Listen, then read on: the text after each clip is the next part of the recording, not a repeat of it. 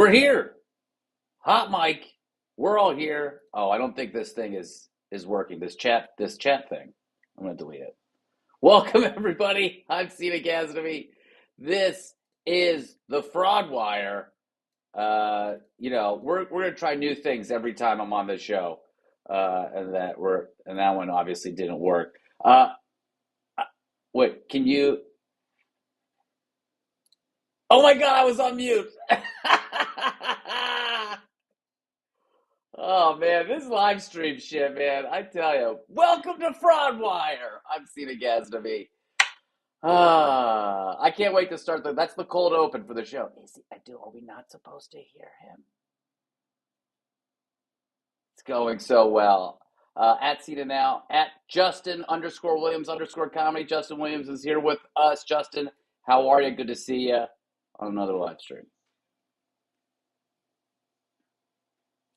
Hello. And we've got two wonderful guests, two OG friends of mine and of Justin's from the New York days. Grant Gordon. Go, Grant Gordon. Grant, amazing comedian, actor, writer. Hello. How are you, sir? Good to have you.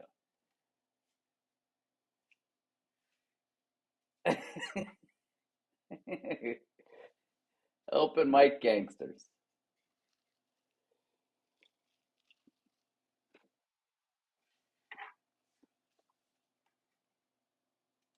And Holden McNeely at Holdenators. Oh, you know him. You love him. He's the heel of the LPN network.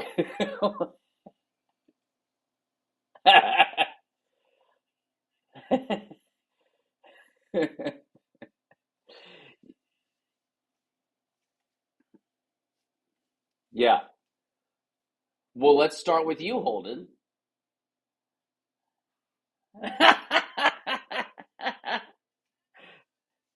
Yeah, let's go. Go for it.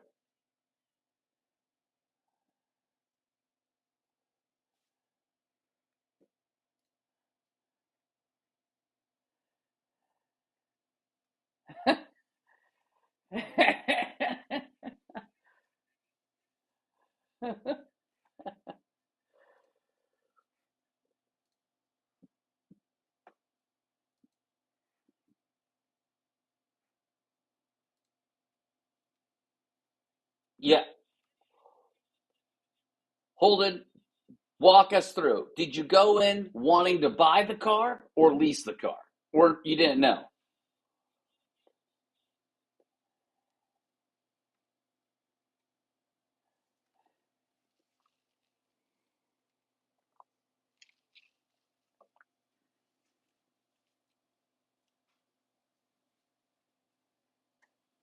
Why can't we hear Holden?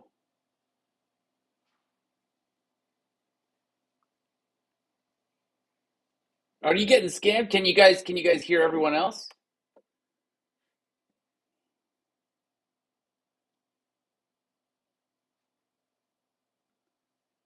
But you guys can hear Justin and Grant?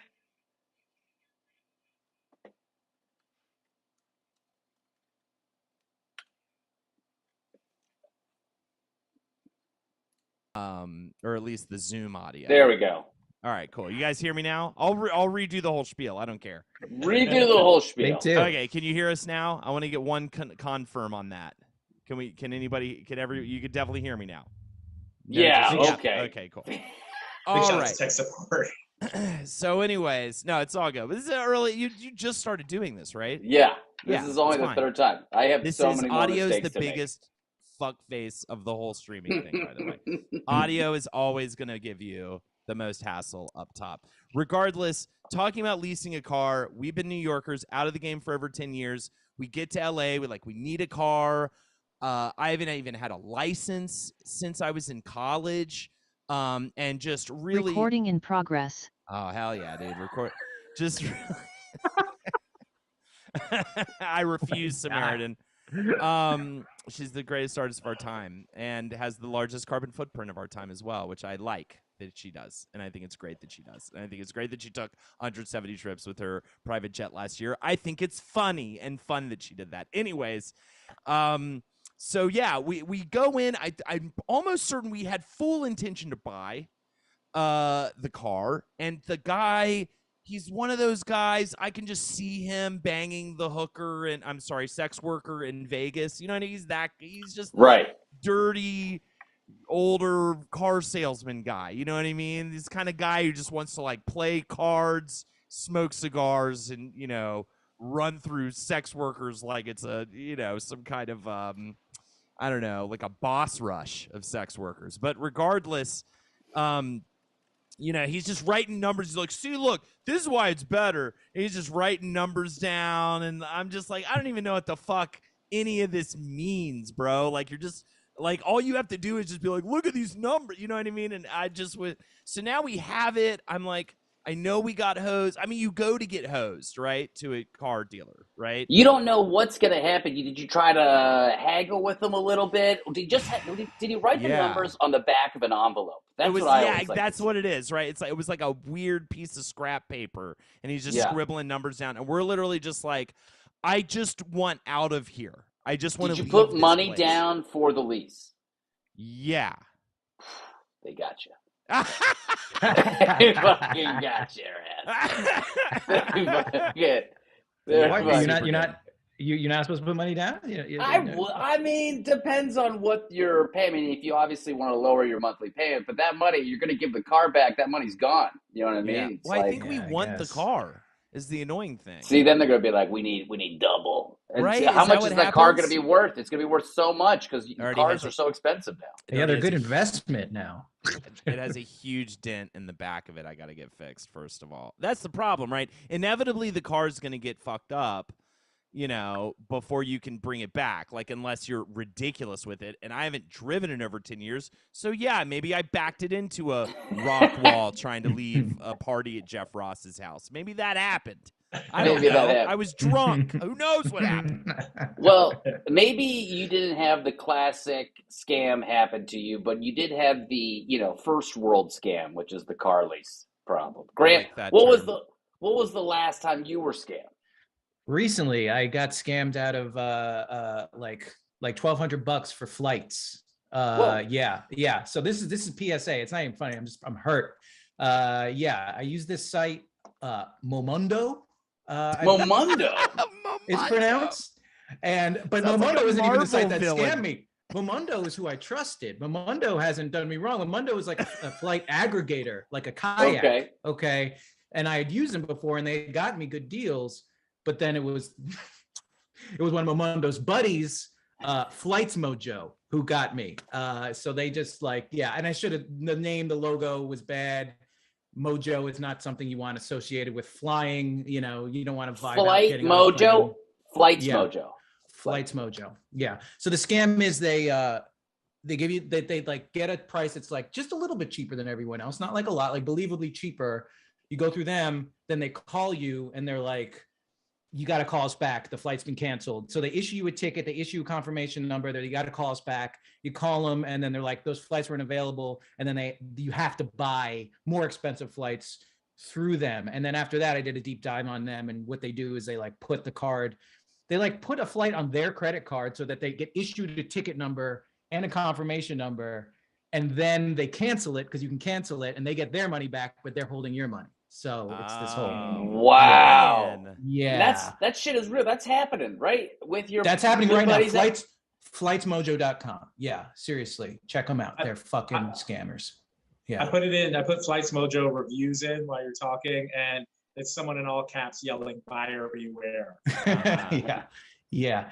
Should have done that before. Yeah, I did the buying before the bewaring, and that was my mistake. I need to switch those around next time. I always wonder about, Travelocity and stuff like that. It always feels so like, is this actually gonna work? And we just do it. We just bite the bullet and book the flight that way. But you're like, why is this? Unless I'm going straight through Delta or whatever. The whole thing is crazy. Yeah, and I'm just gonna show up at the airport, and just I hope I'm allowed on that thing. Yeah.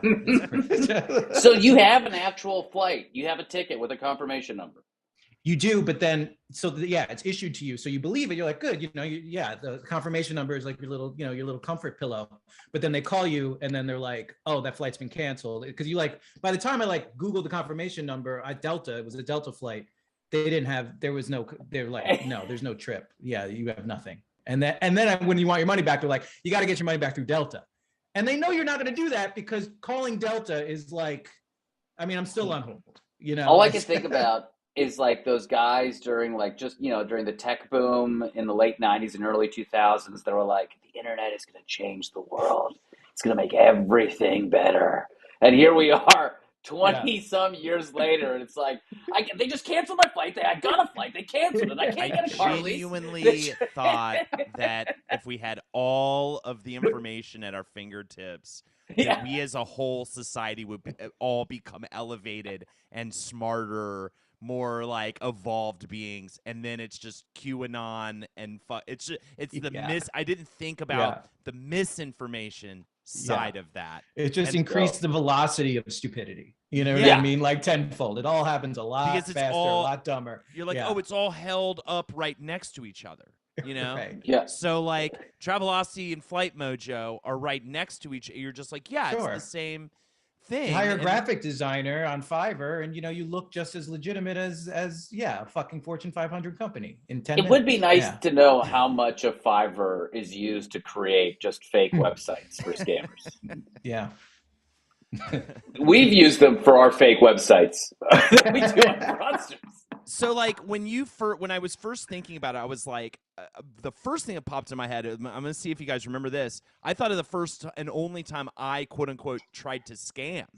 Do you guys remember punting on AOL? Do you remember punting programs on AOL? AIM? Oh, I remember those. What do you mean, like, wait, kicking people from the chat? Yeah, it was like a way to bombard someone and make their like computer shut down with but you would get these punting suites. And one of the little things in it was like an auto instant message being like, your credit card's having issues. Click this link or whatever. And I got like kicked off of AOL. My whole family computer got kicked off. I had to lie to my mom and like pretend like it wasn't happening and change the password. And it was like this huge deal because I was like, oh my God, I'm a criminal now. I'm evil because I tried to like get somebody. But I was just testing out the program or whatever. Right. Yeah. Well, I was a budding fraudster. I think I could have been one. I mean, I was making fake IDs in high school. Okay. Wow. Look at that. Yes. And then I almost got caught, and I had to lie to get my way out of it. And that's when I've been straight and narrow ever since, because I realized like I could do this, like, because I had to lie directly to a cop and basically like fucking like defend myself, like just pull it out of my asshole. And I did, and it was. And you incredible. literally pulled a ID out of your asshole. Like, you're free to go. I've never seen anything like that. That's amazing. Yeah. Were the IDs scannable? No, they weren't scannable. They were. What I was doing was taking junior licenses in New York. You get a junior license, and it was exactly the same as a regular one with a couple of things. And I would clone stamp. I was like OG clone stamper, 2004 clone stamping, and printing those out. And then, so I had to scan in their junior licenses to get the copy. So I was just a lazy kid. So I had all these junior licenses in my wallet. Like I had like 10 junior licenses in my wallet of like my friends who had bought IDs. And then I dropped my wallet at the Met on a field trip. And then they're going to call him a cop. Like, hey, found your wallet at the Met. Oh, cool. Hey, what's up with all these junior licenses in your wallet? And I was just like, it was like a moment of truth. And I'm just like, I'm a senior in high school, and the junior licenses, they don't matter anymore once you get your regular license. So I thought, hey, no one needs these anyway. Let me collect my friends' junior licenses and like make up like a scrapbook of like memories of junior licenses. So cute. So adorable. There was like a pause. There was a pregnant pause on the other end from the cop, and it was like my whole life was in the line. And he's like, all right, whatever. You're gay, bye. It's just like, whatever. Just like, I was like, thank God he was just lazy. See, you should have asked the question, when did you last scam somebody? When you were last scam. Apparently. Everybody has this one little story, you know what I mean? Something they did that was shifty. Something they did. Yeah. Well, let's get into the news stories for the day. Oh, yeah, Justin, go ahead. No, I was just saying, I like how the cop was like, what's up with these junior licenses and the buy one, get 12 free card at Cheap Shots at the East Village next to it. It's just for a scrapbook. Yeah. Memories. All right, so our first story today, guys, is actually a special one for the gamers here. A new report commissioned by the Norwegian Consumer Council has concluded that loot boxes in games are exploitive and predatory. Consumer protection agencies in 18 European countries have backed the report and called for better regulation of video games. The report uses FIFA 22 and Raid Shadow Legends, which I know FIFA, I don't know Raid Shadow Legends. Oh, well, I get an email about once every month or so from the Raid Shadow Legends people trying to get me to shill their game on Twitch. I think just because I'm like partnered or whatever up in here. And it's like one of those things I refuse to. I don't really want to promote anything like I'm not into, which is actually a really good way for me to side plug my stream tonight, 6 p.m. Premium ambassador for Strix Cosmetics for Dudes. I'll be doing a sweaty Strix stream where I'm going to apply their non-sweat preventative anti-shine tool and play fighting games, which make me very sweaty to see what the effects are. If you beat me at a fighting game, you can win some free Strix products. But that said, I actually like Strix. I think Strix is like a really good company. Raid Shadow Legends seems very nefarious, and they like literally harass me like once a month or so. Even I've told them a million times, I'm not interested. I don't want to promote your game. Like, good best of luck to you. And they are just everywhere, man. And legislation over, and it's like I think a dungeon crawly kind of, but it's just a way for you to spend a bunch of money on microtransactions in a mobile game.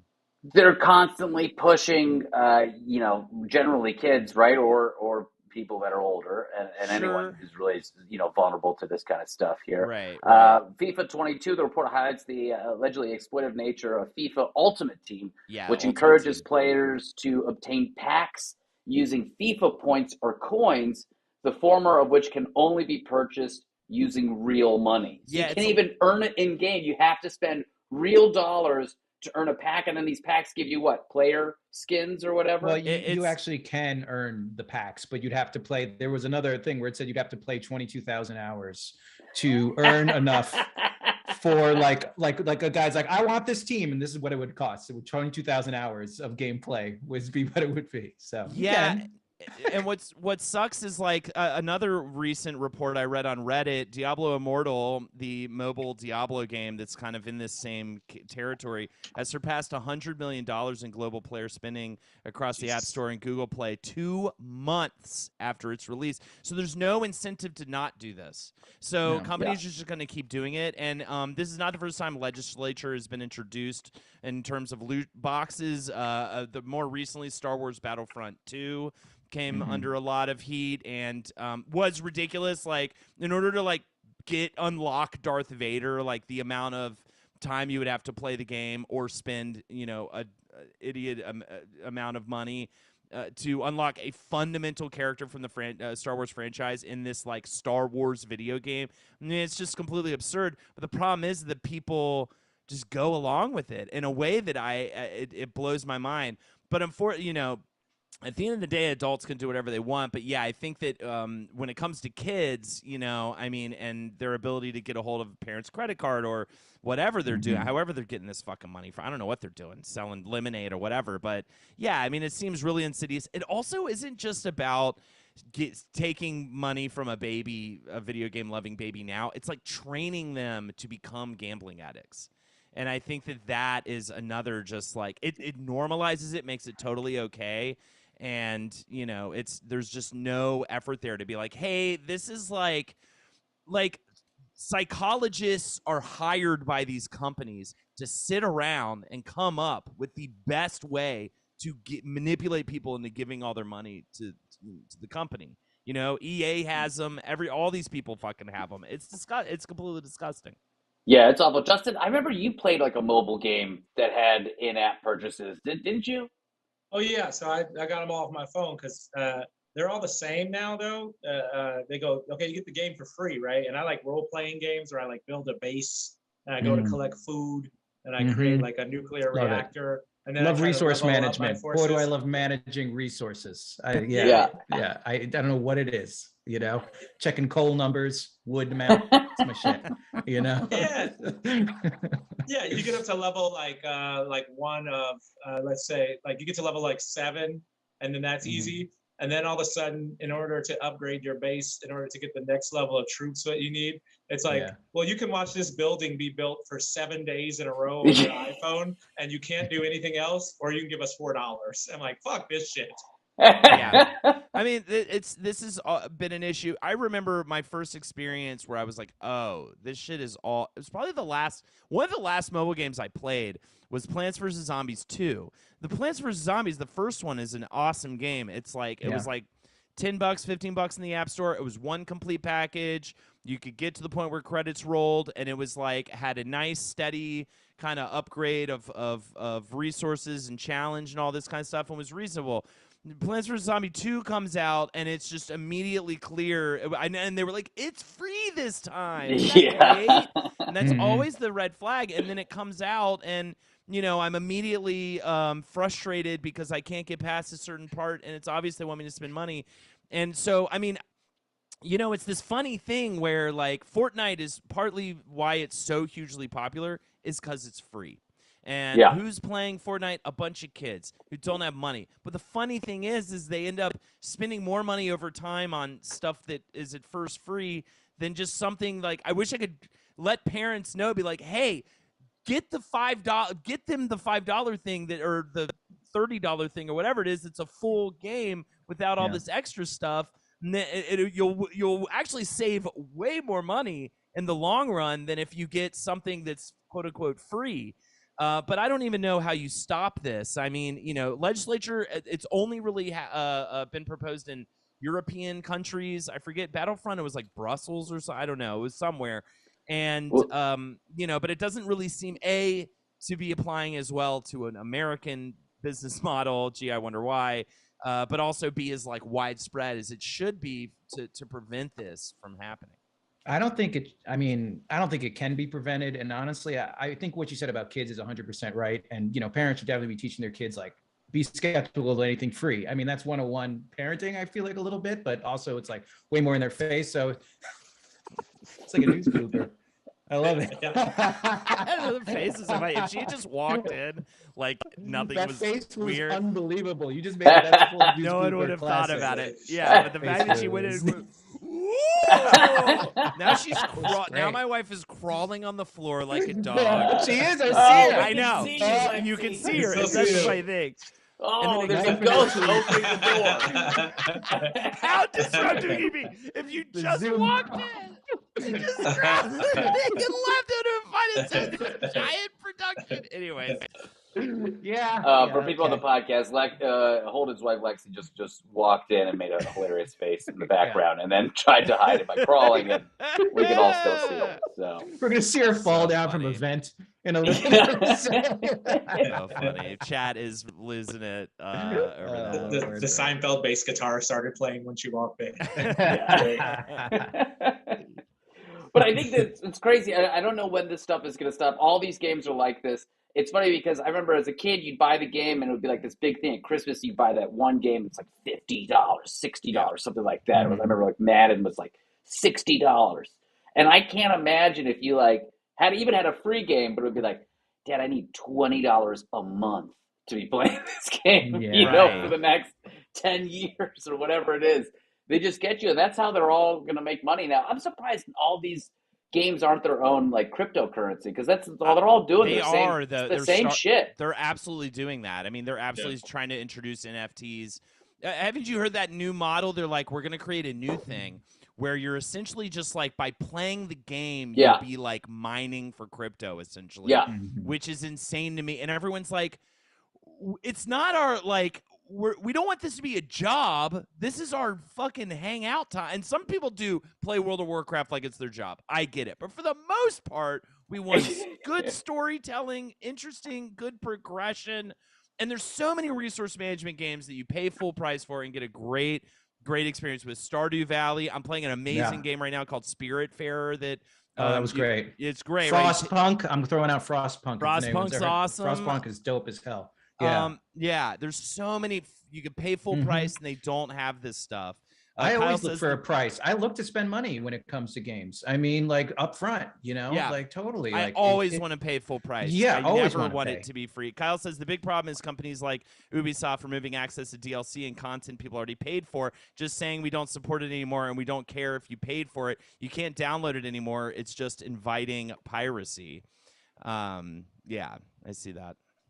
Yeah, I mean, there's a lot here. I was part of a Discord group called Axie Infinity that was supposed to be a AAA game built on the Ethereum blockchain where you could play to earn, and they had a board of governors. I saw them voting and everything, like they wanted Were people they to hovering? buy. They were like floating. Yeah. And was it like They were- Sele and Neon Genesis Evangelion? It was just like, Just well, what orbs about of Dr. knowledge. Dr. Disrespect is putting out this game now where he's essentially like, this is the funny thing too, is he's like, you're gonna be a founder. You're gonna put in money now. He's definitely creating NFTs out of it and that whole thing and that whole racket. But he's also like, you're gonna help make this game great. You're gonna get involved. You mean be quality assurance? A job people get paid for? Oh, I get to work for free to do quality assurance for your video game that is something that absolutely I should be reimbursed for. I mean, just the mind fuckery around it is so ridiculous. And none of these things really work out. Like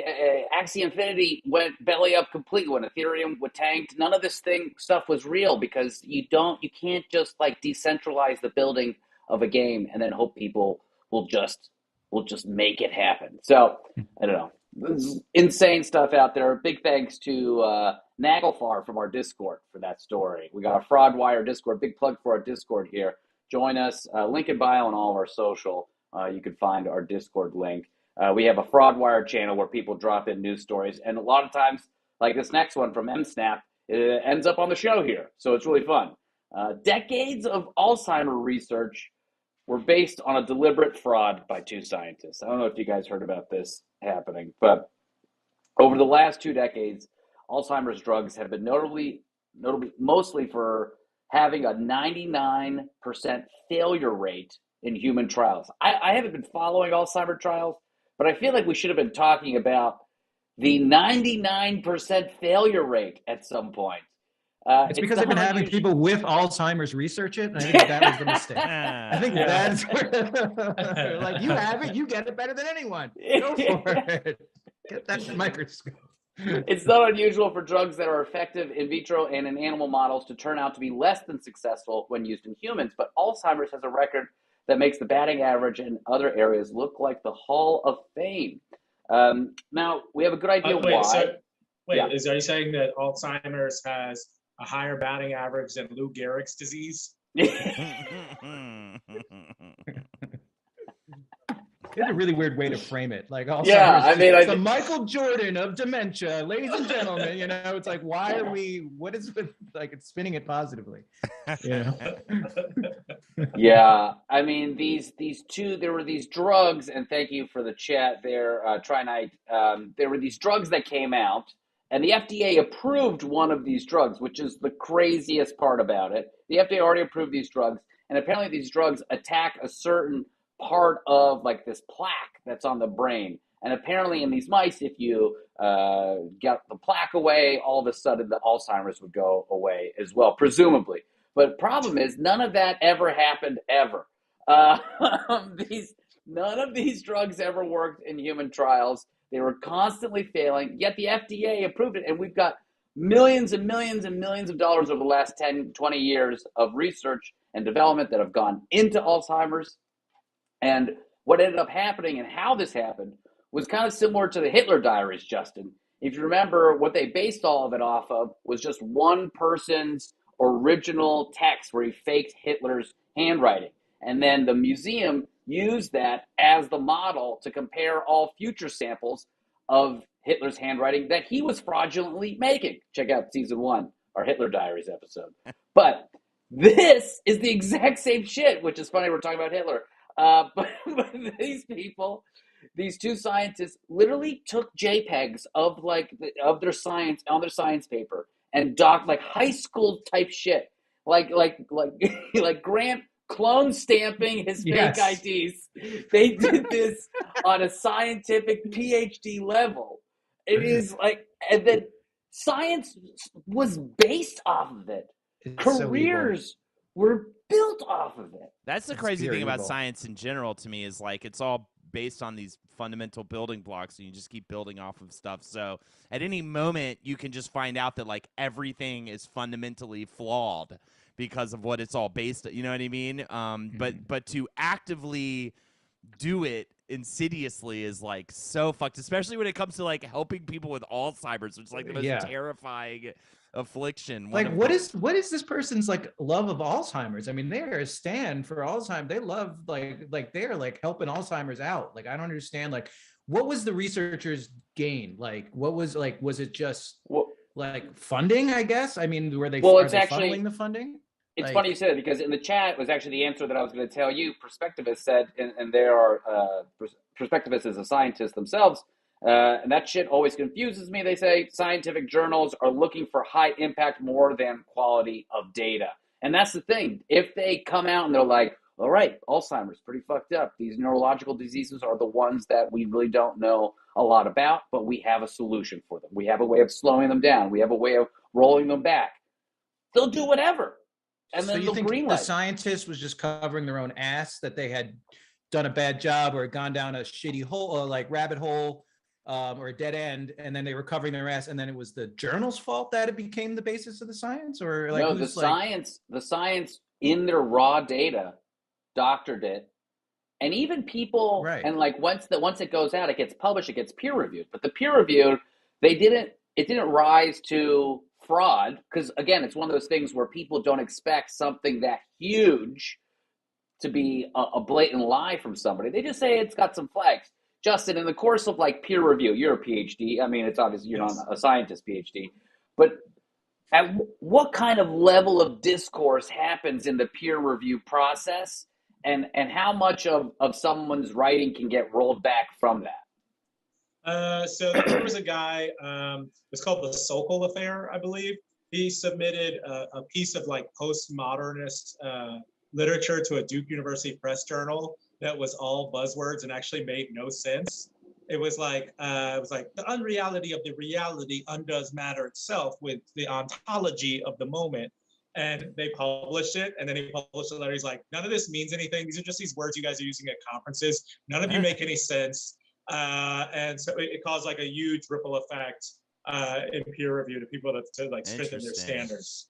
I do want to throw this out there. I don't believe Perspectivist is actually a real scientist. I just want to make a case right now. I've been Perspectivist in my own chat, and I just believe that he is fully pretending to be a scientist. It's because he does this thing. He wears a lab coat everywhere, and it's just like that's not what a scientist does. You know what I mean? You can't just like put on a lab coat and be fake a it till you scientist. make it. So yeah, absolutely. Yeah, fake it till you make it. I think that is what's going on over there. So wait, well, these real scientists did that, though. I mean, he's as much of a scientist as anyone. You know. Kyle says in chat, I haven't heard any other scientists confirm Perspectivist is a scientist. No peer review. We need peer review if we're going to really establish someone in chat as a scientist. Now that man who's saying they're a scientist. So I just don't even know. Now everyone's a scientist. That man who, okay. Well, really, everyone can be a scientist. We did that with the UBIOM episode where we talked about how people were like citizen scientists. It's just this crazy decentralization I think is very cute and nice, and it's like helpful in some ways. But honestly, go to school for too long, go into student loan debt. Yeah. That's the person I want. Gatekeepers. We need the gatekeepers again. Yeah, there was a reason things were gated and kept. Yeah, well, so that's, I guess, the question here, right? How could this many years have passed before this fundamentally flawed research or whatever that they're basing all of this, work on Alzheimer's? This is what happens in science. Yeah, how would it take this long for them to not realize that it's all bullshit? Well, the Science magazine did an entire 6-month review on it because these big drugs were coming out and they were getting canned. They were not performing well at all. And if you look, even with COVID, there was a original paper written in the 1980s that talked about the spread of this certain disease or whatever, the certain types of chemicals and stuff. And this woman was trying to say this original document that all of this research about COVID and how you should it's not airborne and that you can be, less than 3 feet away and you're fine. Remember that in the beginning? She was the one that basically said, this is wrong. You're basing it all on this paper that everyone cited. I mean, don't even get me started with the COVID bullshit, because they'd be like, well, one day they're saying this, the next day it's like, yeah, dude, because we're just figuring it out. We're just figuring it out. That's how it works. It takes time. It's a new thing. To me, it's how many years? I mean, that's the crazy thing about the Alzheimer's thing, right?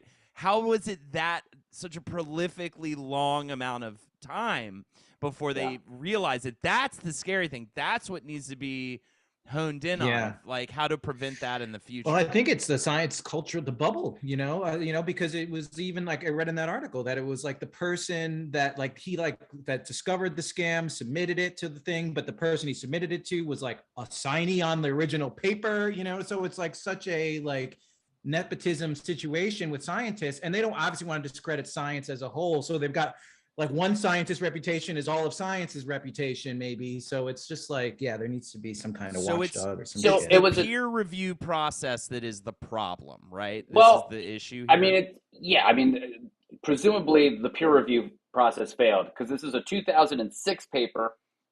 It was primarily authored by a neuroscience professor, Sylvain Lesnay, maybe, and given more weight by the name of a well-respected neuroscientist, Karen Ash, both from the robust neuroscience research team at the University of Minnesota. Was there a science agent that's like, listen, we need to get Karen Ash attached to this. It's the only way anyone's going to sell anything. We're going to attach Karen, then we're going to pitch it out to production company. The FDA is going to love it. The Department of Health is going to love it. We're going to be rolling in it. Yeah, peer review failed in this case. That's scary. I mean, I thought, I think we kind of, us laymen, get laid, but also we rely on I think a bit too much the the standards set in place, and it's just like that's so fundamental. Like, I don't know, it's just crazy that it's all, if it was like some other thing, it wasn't some thing we've been like struggling with as a civilization for so long now, and we're desperate to fix just because of how scary it is, We're like not putting deodorant on because we're afraid we're gonna fucking get it. You know what I mean? That's antiperspirant. That's the bad stuff. Oh, okay. Well, I love that shit. I'm sweating all the time. Strict sweaty stream happening. No, listen. Okay, side note. Don't do the antiperspirant. Just do deodorant. Your body needs to naturally process the sweat. You can't be clogging sweat glands. All I'm saying is I have it under good authority. The Perspectivist is a right-hand man to Alex Jones. And, I don't know who texted, an anonymous person DM'd me, but they said they have good authority. That's very interesting.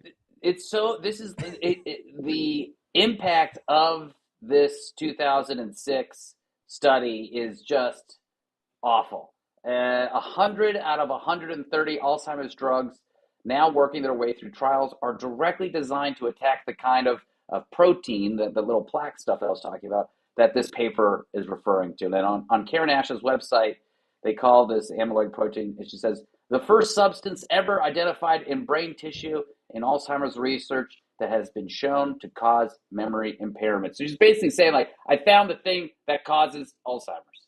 Like, insane. Right. Yeah. That's it. I mean, it's the connection, and, they probably won't be brought up on fraud charges. And because, this is more evil than like so much shit. Like, this is like top tier evil. I mean, people suffering, and billions of dollars going in the wrong direction. I mean, it's like, it's crazy. That's crazy evil, dude. I mean, don't know how they sleep at night.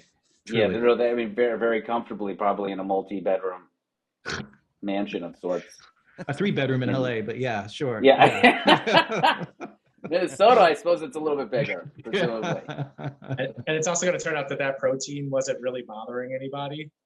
So it's getting attacked for no reason. All right, it's good for you. It's the Hall of Fame of proteins, it turns out. And there's going to be a Pixar movie about that protein. It's going to be like, man, come on. Why are y'all picking on me? Oh, man. So, all right, let's go on to our next story here. We've covered Sean King on the show. Yeah. All right. I didn't want to do this. Someone DM'd me this story too, and I looked it up. And I want to just preface this with the New York Post and Fox News are reporting about this stuff, and that's what really pisses me off. that's where we're seeing it from as well. Actually, Does tell the Sun truth, get in though. there as well, or They yeah. do, but that's the thing. It's like it's like On it's such a him. layup. Sean King Yeah. gives so many layups to conservative media, and that's why it's so infuriating. Controversial activist Sean King's Progressive Political Action Committee paid a California breeder more than $40,000 for a guard dog. But here's the best part. He eventually returned the dog because it had too much energy. Too much guard. Sounds like something I would do. Oh, God. So apparently he didn't want to buy a gun, so he decided to buy a $40,000 dog through his grassroots law pack. They made a pair of payments to Potrero Performance Dogs. This dog is huge. It's like a Mastiff thing. And It's like a semi-automatic dog, Yeah. essentially. I mean, when he got it, so here's what's the thing. He's using PAC money because it's security. Sure, we can have an argument about that. This is all recorded by the Federal Election Commission records. So at least records show the purchase, which is, I think, a step in the right direction for a Sean King project. At least we can see what he's spending. A lot of times it's like, I don't know about these accounting records. I'm not sure what I'm supposed to do. Just, But now he's at least recording these things. He gets the dog, and again, if it's your security dog, right, for like a business, your political action committee, why would you go on Facebook days later after you got the dog and say, new member of the King family?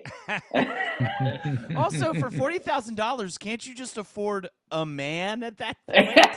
Can't you just buy an armed man to guard your home? Why would you pay that much money for a dog? I mean, it is so absurd. That's so much. Well, it's a money combination for a dog. best friend. It's a good value. Yeah. Yeah. That's insane.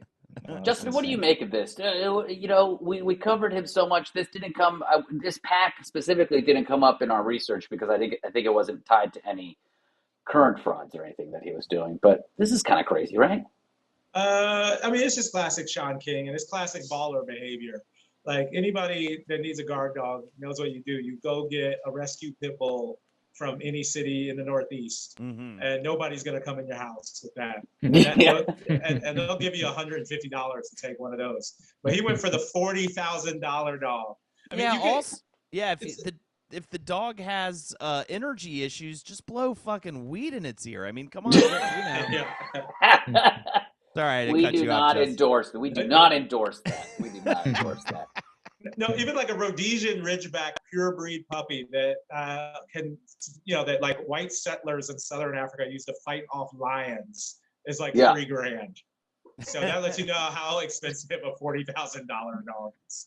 This I dog can look was that up. You know what I mean? How much for the white settler lion scare offer? Just in case. Just in case my day comes in. My shift comes in. He obviously went for like the prize dog. He didn't go for like an actual security dog here because there was a post that Potrero, the breeder, did on Instagram, but it's since been deleted, from the American Kennel Club competition where that dog won Best in Show. Oh. This is a superstar dog. This is not, it would probably have a conversation with an intruder before it would actually maul an intruder. That's so funny. Too much energy to Yeah, too much energy also is code for like they're going to eat the babies or something like that, right? Yeah, Isn't or that the idea? Doesn't work out. Is this guy big? Right. Yeah, like, it's a big dog. Go on walks. No, I'm saying the guy is Sean or whatever. Is he a big guy? Do you not know who Sean King is? I don't need these people. I mean, you know what I mean? I know Luke. I don't know who he is. I'm not gonna have to pretend. This is great. No, I don't know who he is. You've seen him in your newsfeed. If you have a liberal friend that tweets out like a light-skinned man with a paper-thin mustache, and he's always saying, how could Donald Trump be president if Trayvon Martin was murdered? And you're like, that's not even a real point. You're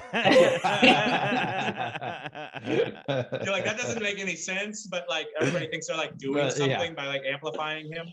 You Yeah, know, the man who says looks like a fucking big toe. With the pencil Super annoying, mustache. says little ash. Yeah. It's a whole. I looked him up. It's a whole thing. It's a whole don't thing. you love those guys that just constantly are used by like conservative press to be like, see, look at what's going on. That's You know what I mean? my biggest frustration always was that he was just giving so much ammunition to the far right and the conservative media, because they use this and they just build an entire campaign around the stupid he's shit who that he they does. think we all are, and or any liberal person is, and like so it's like, see, told you, they're all like this. This guy's just stupid enough to be, about buy a dog.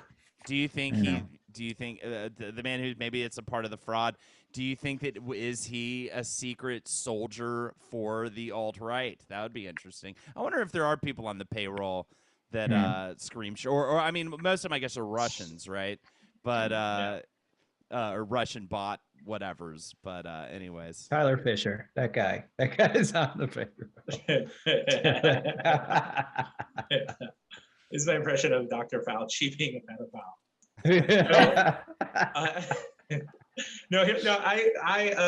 I think it's weird.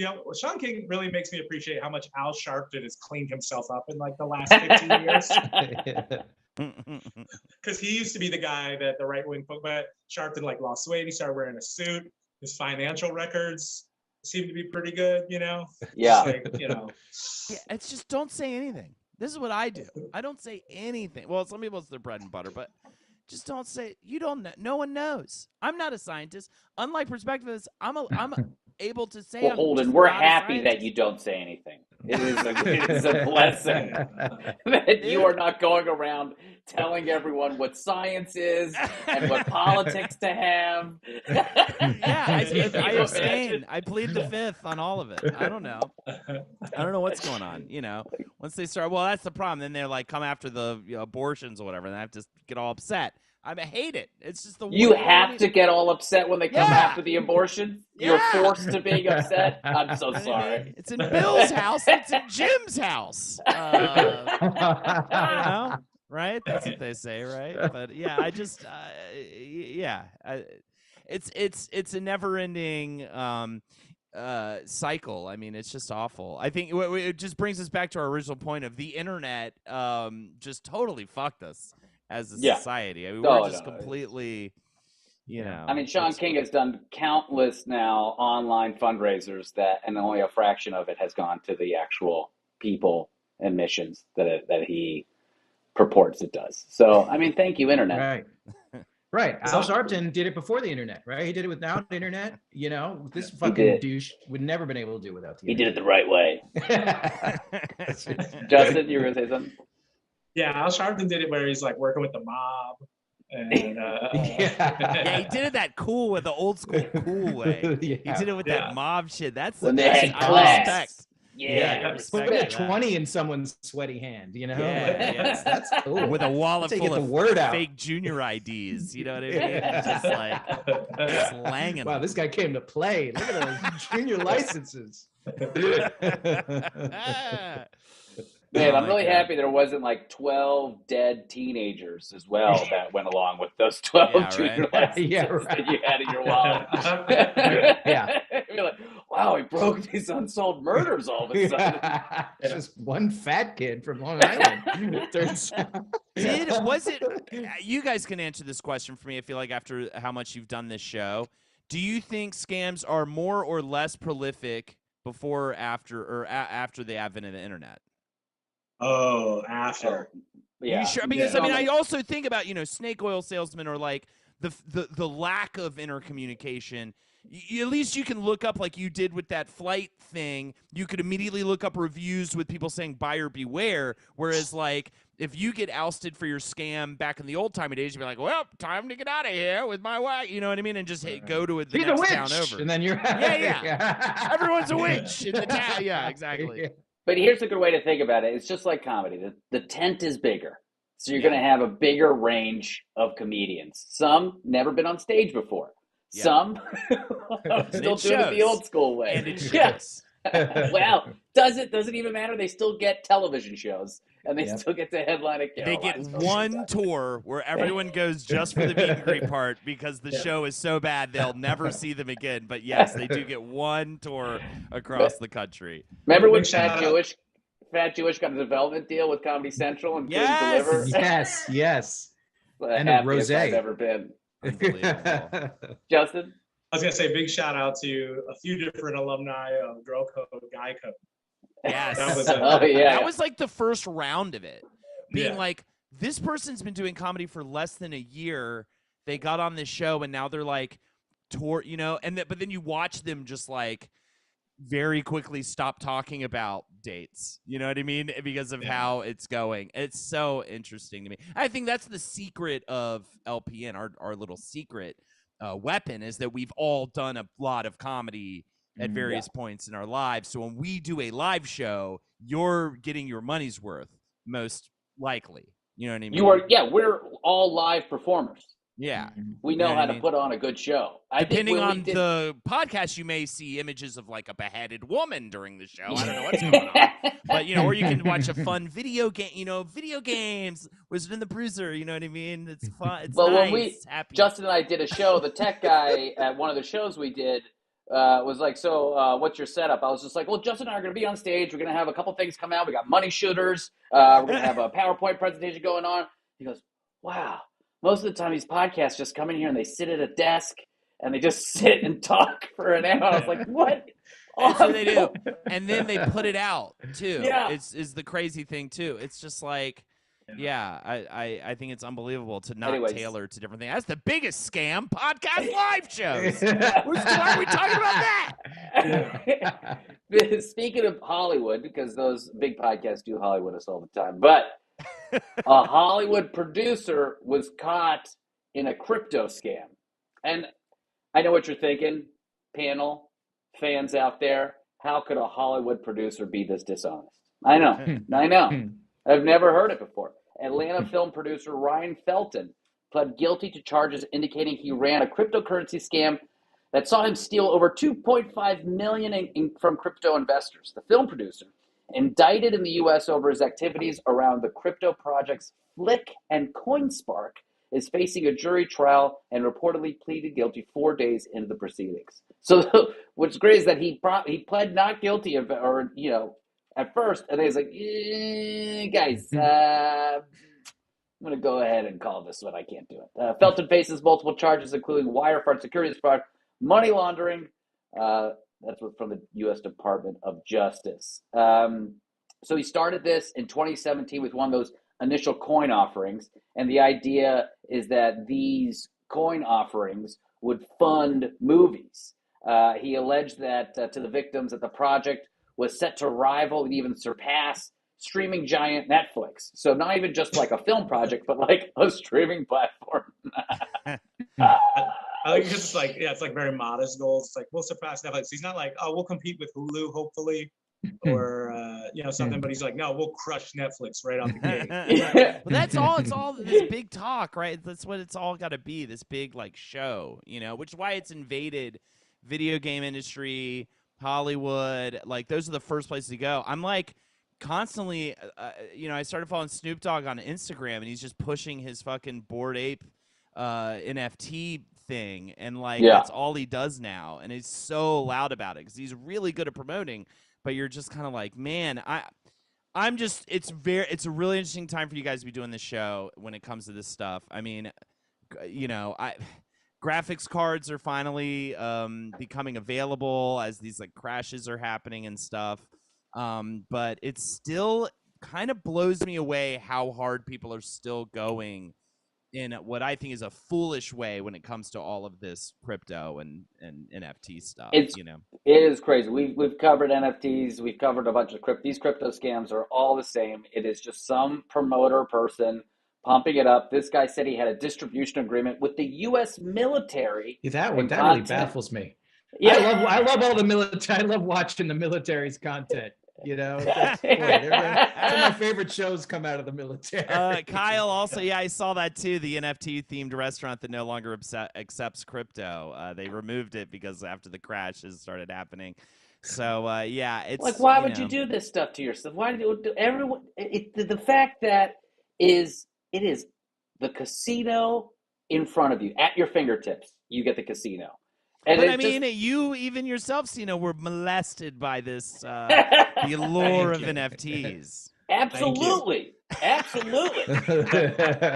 a gambler, though. I like to gamble. I'll You throw like to it throw it out around. there. Yeah, By yeah. the way, and it ends up being great content. All right, I don't want to hear it. So how much fallout, like, because I know people actually legitimately were like, me, like at you on socials. Was it like, did it reach like an annoying fever pitch or you know, For what?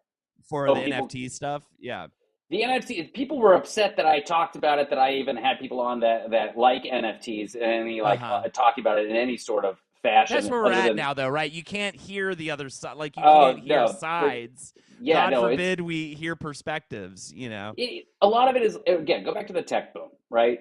The tech bubble burst. You had all these websites. It wasn't like the idea of HTML went out, right? Or the Right. idea of a website went away. But like 70% of those startups went belly up. Same thing with car manufacturers, I think, in the early 1900s and stuff like that. Do you know how many cars?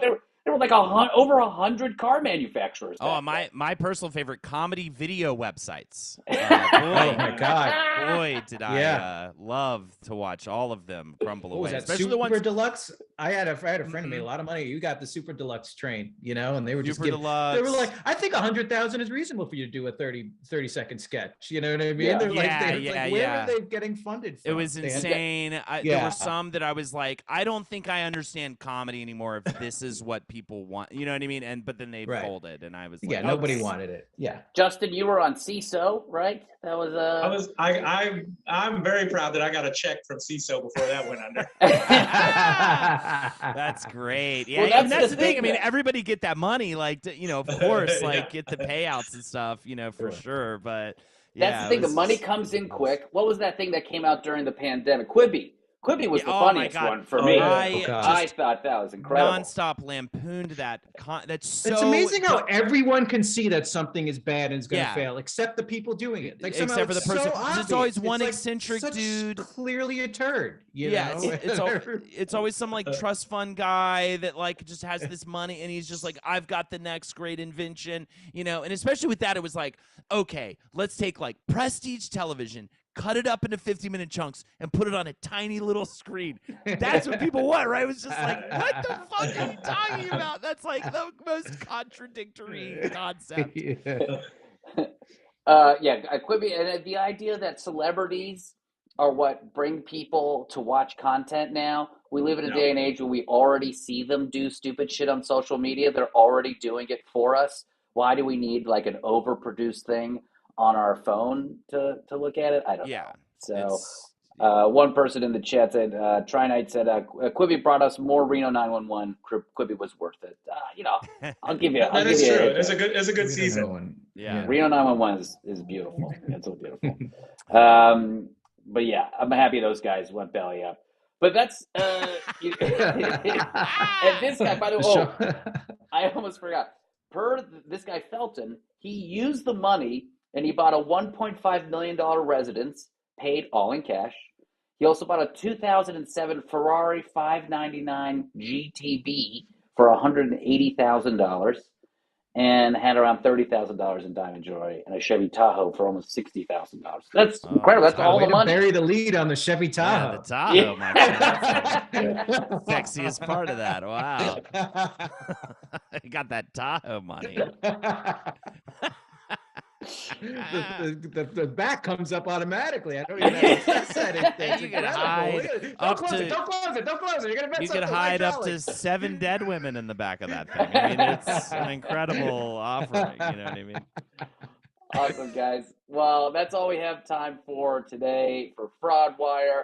Where can people find you? Grant, what are you up to these days? Oh, go Grant Gordon on Twitter and stuff, and Instagram, whatnot. Man, Check me out. Find them there. Holden, what? You already plugged your show. Twitch.tv/Holdenatorsho. If you're watching this live right now, I'm going live in an hour to play sweaty games and give out free cosmetics for dudes.